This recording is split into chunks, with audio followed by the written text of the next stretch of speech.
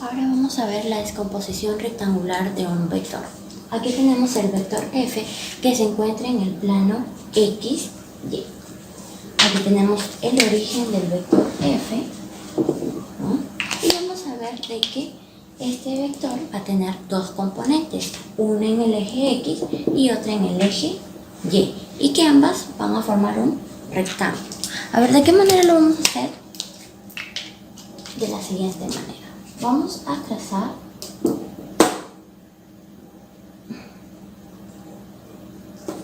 de esta manera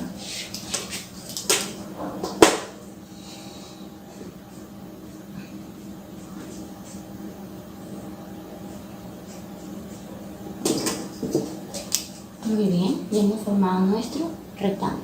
Entonces, desde el origen hacia acá vamos a trazar nuestra componente en el eje x, que va a ser f sub x. Recuerden que esta componente que se encuentra acá también va a ser lo mismo que yo ponga esto.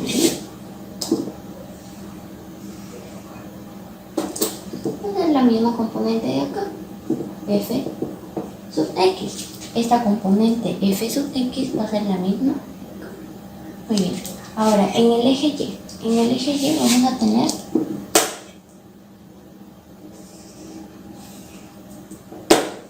de igual manera, desde el origen tenemos la componente en el eje y es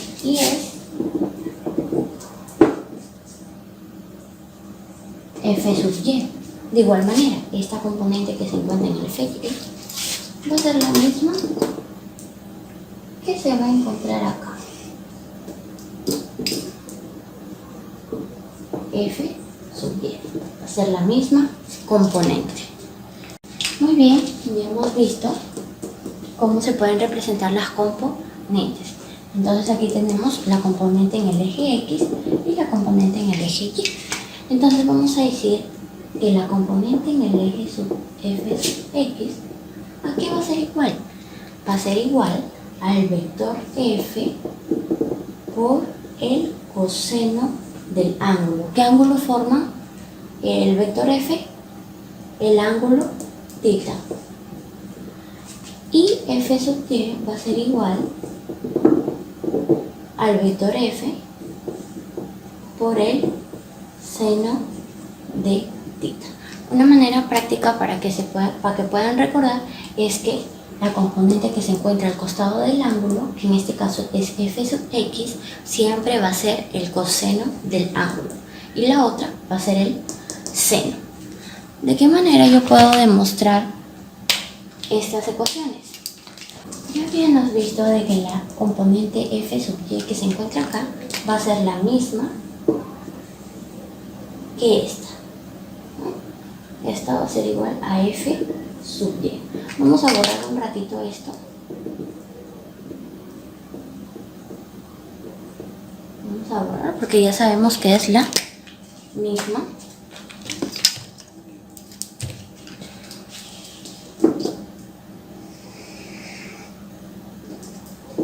Muy bien. ¿Y qué nos va a quedar aquí? Que la componente f sub x con la componente f sub y el vector f van a formar un triángulo rectángulo. Muy bien. Entonces, recordando un poco las propiedades del triángulo rectángulo con las propiedades trigonométricas, vamos a decir que el coseno de θ va a ser igual, el coseno va a ser igual al cateto adyacente sobre la hipotenusa. Entonces el coseno de θ va a ser igual. ¿Cuál es el cateto adyacente de θ? El cateto adyacente es el que se encuentra al costado del ángulo. En este caso, θ es el ángulo. ¿Quién se encuentra al costado? F sub x. F sub x. Entre la hipotenusa. La hipotenusa siempre se va a encontrar al frente del ángulo de 90 grados. Aquí está el ángulo de 90 grados. ¿Quién se encuentra al frente? El vector f. El vector f. Muy bien, entonces vamos a tener que f sub x va a ser igual, este está dividiendo, pasa multiplicando al vector f por el coseno de θ. Entonces aquí queda demostrado que la componente de f en el eje x va a ser igual al vector f por el coseno del ángulo θ. De igual manera, si yo quiero encontrar el seno de θ, el seno va a ser igual al cateto opuesto sobre la hipotenusa. Entonces el seno de θ me va a dar igual el cateto opuesto de θ. ¿Quién se opone a θ? F sub y. F sub y. Entre la hipotenusa, que ya habíamos dicho que se encuentra al frente del ángulo de 90 grados. En este caso sería el vector f. Entonces el vector f sub y va a ser igual, este está dividiendo, pasa multiplicando al vector f por el seno del ángulo θ. Aquí hemos demostrado que la componente en el eje y es igual a f por el seno de. Aquí yo también podría encontrar la dirección. En este caso yo podría encontrar el ángulo θ. ¿De qué manera? Recordando un poco las razones trigonométricas, vamos a decir en ese triángulo rectángulo que la tangente de θ, aquí va a ser igual cateto opuesto sobre el cateto adyacente. Entonces vamos a tener que la tangente de θ va a ser igual. ¿Quién es el cateto opuesto de θ? ¿Quién se opone a θ? F sub y.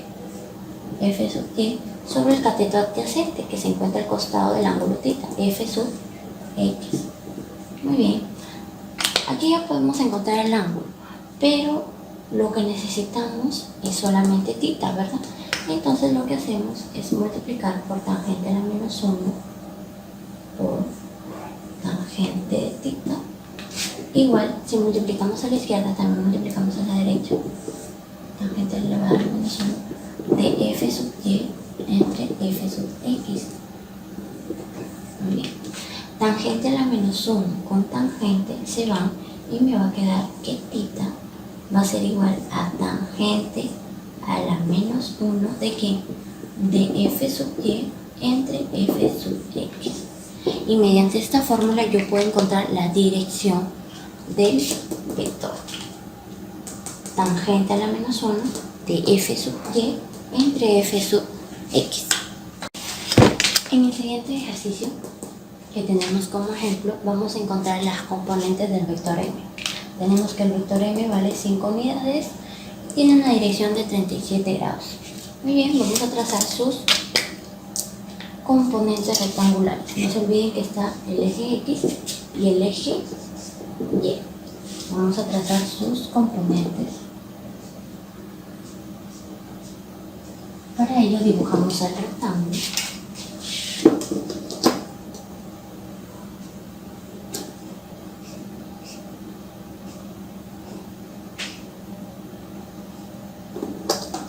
Muy bien. Y por aquí vamos a tener la componente en el eje x. Y por aquí vamos a tener la componente en el eje y. Muy bien.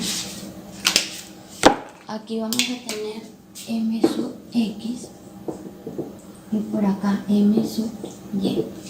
Aquí va a ser igual a m sub x. Si recuerdan, va a ser igual a vector m por el coseno de 37. Recuerden que m sub x se encuentra al costado del ángulo, entonces el coseno de 37. Y m sub y, que es la otra componente, va a ser igual al vector m por el seno de 37. Muy bien.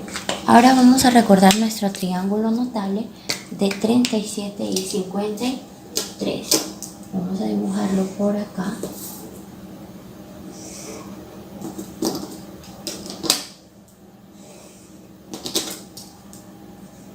Por acá tenemos 37 y 53. Por acá vamos a tener 4K, 5K y 3K. Ese es el triángulo notable de 53 y 37. Entonces vamos a hallar el coseno de 37. Coseno de 37, que vendría a ser igual cateto adyacente sobre hipotenusa. Cateto adyacente de 37, 4K. Sobre la hipotenusa, que mira el ángulo de 90 grados. ¿Quién es el que mira el ángulo de 90 grados? 5K. Letra K en el numerador y letra K en el denominador se anulan. Entonces el coseno de 37 nos va a dar igual a 4 quintos. Ahora el seno de 37. Seno de 37. Seno de 37 va a ser igual al cateto opuesto. ¿Quién se opone a 37? 3K. Entre la hipotenusa. ¿Quién mira el ángulo de 90 grados? 5K. Se anulan las K y el seno de 37 va a ser igual a 3 quintos. Muy bien, como ya hemos hallado cuánto vale el seno de 37 y el coseno de 37, ya podemos hallar las componentes. M sub x es igual al vector m por el coseno de 37. Entonces, m sub x, ¿a qué va a ser igual? M. ¿Cuánto vale el vector m? 5 por el coseno de 37. ¿Cuánto vale? 4 quintos. Este 5 se puede anular. Entonces, m sub x nos va a dar igual a 4 unidades. Ahora, m sub y. M sub y va a ser igual a m por el seno de 37. M sub y va a ser igual. ¿Cuánto vale el vector m? 5 por el seno de 37, que ya lo hemos encontrado, 3 quintos. Los 5 se anulan. Entonces m sub y va a dar igual a 3 unidades. Entonces ya hemos hallado las dos componentes del vector m. M sub x, que vale 4 unidades, y m sub y, que vale 3 unidades. Ahora vamos a hablar del vector unitario.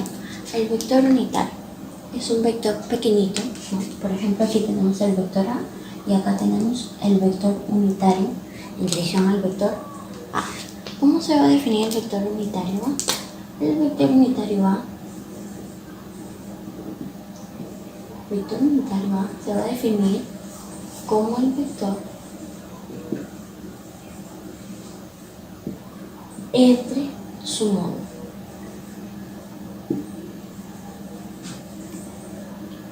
Va a ser igual al vector entre su módulo. ¿Y cuál va a ser el módulo del vector unitario? El módulo del vector unitario a va a ser igual a la unidad. Ahora vamos a hablar del vector unitario. El vector unitario es un vector pequeñito, ¿no? Por ejemplo, aquí tenemos el vector a y acá tenemos el vector unitario en dirección al vector a. ¿Cómo se va a definir el vector unitario a? El vector unitario a se va a definir como el vector entre su módulo.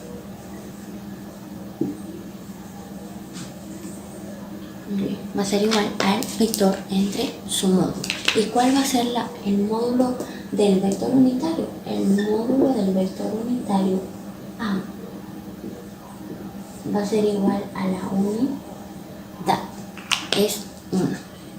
Como habíamos dicho, el vector unitario a se define como el vector entre el módulo. En este caso, el vector unitario de a sería igual al vector a entre su módulo de a.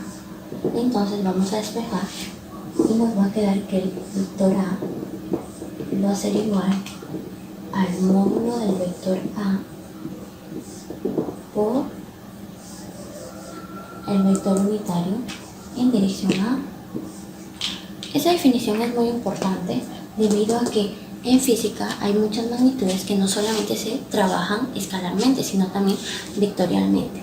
¿Y que nos dice? Que un vector se va a representar mediante su módulo y una dirección. Porque por acá tenemos los vectores unitarios cartesianos. En el eje X vamos a tener el vector unitario Y en el eje Y vamos a tener el vector unitario J. Por ejemplo, en el caso de acá, que habíamos visto, tenemos el vector A con el ángulo θ en el eje X, Y, ¿verdad? Aquí habíamos dicho que A sub X va a ser igual a coseno de θ y A sub Y va a ser igual a seno de θ. ¿De qué manera podemos expresarlo? Recuerden que el vector A, se puede expresar a coseno de θ más a seno de θ. Pero si lo representamos en función del vector unitario, entonces a coseno de θ sería en que se encuentra la componente en el eje X, entonces sería el vector unitario Y a seno de θ, que corresponde al eje Y, el vector unitario